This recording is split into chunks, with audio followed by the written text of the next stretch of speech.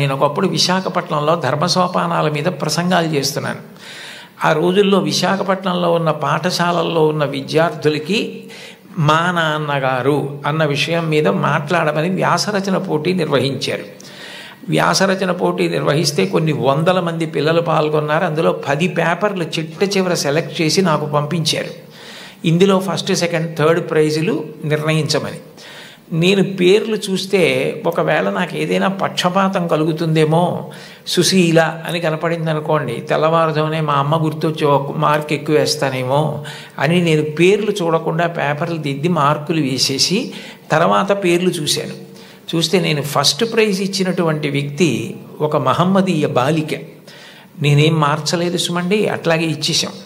అప్పుడు ఆ బహుమతులు ఇస్తున్న సభకి అప్పుడు తిరుమల తిరుపతి దేవస్థానాలకి కార్యనిర్వహణాధికారి మాన్యులు శ్రీ ఎల్వి సుబ్రహ్మణ్యం గారు, ఆయన ముఖ్య అతిథిగా వచ్చారు. ఆయన ప్రైజ్ ఇస్తూ ఈ పిల్ల ఏం రాసింది మైక్లో చదివి వినిపించమనండి అన్నారు. అంటే ఆ పాప పేపర్ చదివింది.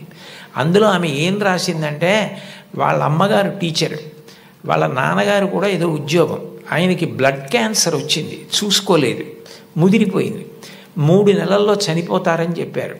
ఆయన తన భార్య దగ్గరికి వెళ్ళి అడిగింది ఏంటంటే, ఈ 3 నెలలు నేను చనిపోతానన్న విషయం పిల్లలకి చెప్పద్దు, వాళ్ళు ఏడిస్తే నేను చూడలేను, నేను చనిపోయాక వాళ్ళు ఎటు ఏడుస్తారు, అప్పుడు నేను ఆపలేను, నేను బ్రతికుండగా వాళ్ళు ఏడవడం నేను చూడలేను, కాబట్టి నేను చనిపోతాను 3 నెలల్లో అన్న విషయాన్ని మాత్రం నా పిల్లలకి చెప్పద్దని రాత్రింబవళ్ళు హక్కున చేర్చుకొని మా భవిష్యత్తు కోసం ఇంకా కష్టపడి అంత జాగ్రత్తగా వ్యవస్థ చేసి 3 నెలల తర్వాత ఆయన మరణిస్తారని తెలిసి చిట్ట చివరి కాలంలో 3 దగ్గర పెట్టుకుని చెప్పకుండా అంత ప్రేమ చూపించి కన్నుల నీరు కారుస్తూ 3 వంక గుడ్లు తిప్పుతూ ప్రాణం వదిలేశారు ఆయన.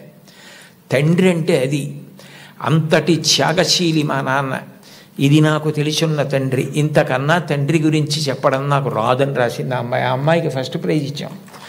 తండ్రి అంటే అంత గొప్పవాడు, మీకోసం ఏ త్యాగం చేయడానికైనా సిద్ధంగా ఉంటాడు.